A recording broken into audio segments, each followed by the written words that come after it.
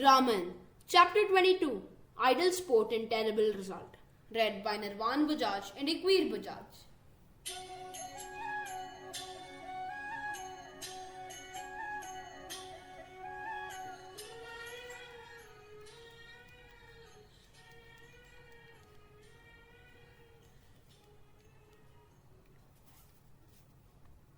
Chapter 22 of Ramayana, Idle Sport and Terrible Result.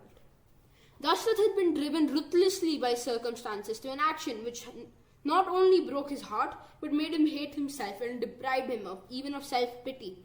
The only way out of the dilemma of either breaking his plighted word or doing a great wrong to Ram would have been for the latter to disobey him and incite on his rights.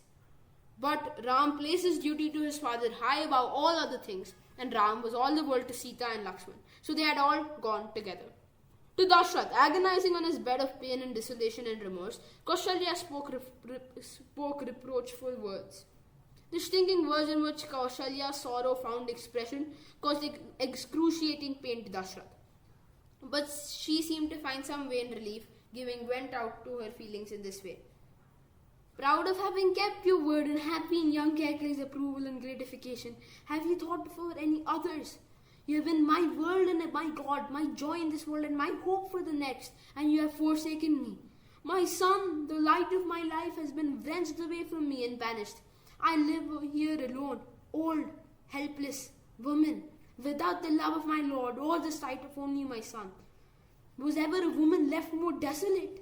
But you are not delighted with that, have you, with what you have done? It is enough for you that Kaikeyi and Bharat are happy. You need not entertain any fear that Ram will mar their happiness, even if he return from the forest after 14 years. He will not touch the kingdom once ruled by Bharat. The tiger does not touch the leavings of another animal's kills. Like a fish eating its offspring, you have killed your own child. Touched to the quick, the king, even in the intensity of his anguish, turned to his wife with a humble prayer for forgiveness with clasped hands. Have pity on me, Kaushalya, he moaned. You have been kind and forgiving even to strangers. Do you even have some compassion on your husband, who has always loved and honored you, and whose heart is broken by a sorrow which knows no remedy? These piteous words in the sight of her husband in supplication and the memory of happier hours pierced the noble queen to the heart, and she fell at his feet, imploring forgiveness for unbecoming words forced out of her grief. As the leaden hours crept slowly on, Dashrath remembered something that had happened long ago, and it aggravated the anguish of his heart. The king turned to Kaushalya and said, Are you still here, my dear? The fruit of one's action can never be escaped. I now endure the result of a great sin that I committed in the days that are gone. Men in their ignorance sometimes do great evil for the sake of some slight momentary pleasure. Then, when the time comes, the price has to be paid. When I was young, I had the skills to use my bow against unseen targets, aiming by sound only. For the pleasure of exercising this skill, I once killed an innocent man and committed a great sin. Listen, I shall relate to you that sad adventure. It was before you came to me. One night I went out in my chariot to hunt on the banks of the Sarayu. It had been raining heavily, and from the mountain sides, the streams were running dyed with the rich colors of minerals and fresh soil. The birds were silent, the forest seemed asleep. I could take the aim by the ear and shoot without seeing a tiger or bear or other wild beast that might come to slake its thirst in the stream. I wanted to test the skill of mine. It was dense darkness. I waited for some wild animal to come. Then I heard a gurgling sound as of an elephant drinking. At once I aimed an arrow in the direction whence the sound came. Like a venomous serpent, swish went my dart and hit the object. But I was shocked to hear a human voice exclaim, Alas, I am dead! I heard the man cry again piteously, Who can be my enemy? Never have I done any harm to anyone. Who then could want to kill me thus as I was filling my pitcher with water? What could he gain by this? Why should anyone bear hate against one living his innocent hermit life in the forest? What is to happen to my old blind parents now with none to look after them? Oh, misery! Horror-struck, I stood trembling in every limb.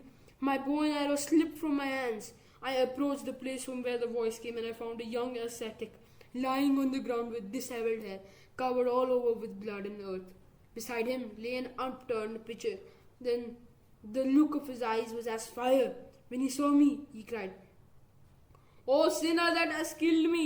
Why did you aim your arrow at me when I was taking water from the stream? My old blind parents are thirsty and they are waiting for me in the ashram, thinking that I would return with my pitcher filled. Why did you kill me? Oh God, my penances and my devotions have all gone to naught. My parents do not know that I lie here stricken and helpless. They will go on waiting for me, and even if they knew it, what could they do? Blind and helpless. Who are you? What are you? What? Are you not the king of Kosal? And so you, the king, who should be protecting me, has slain me. Very well, O king, go yourself and tell them what you have done.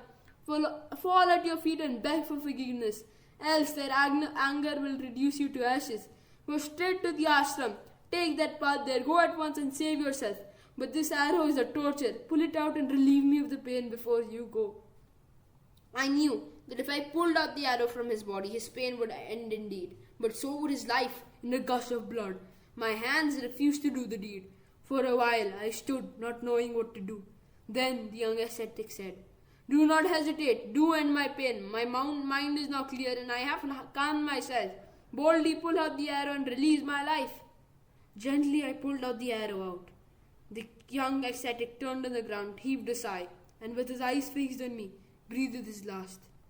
It is this crime of mine that is now pursuing me. The agony of these blind parents who were deprived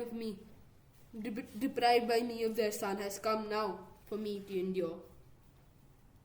Stay tuned for chapter 23, Last Moments. Please subscribe to this channel, like, share, and comment on this video. Thank you and Namaste.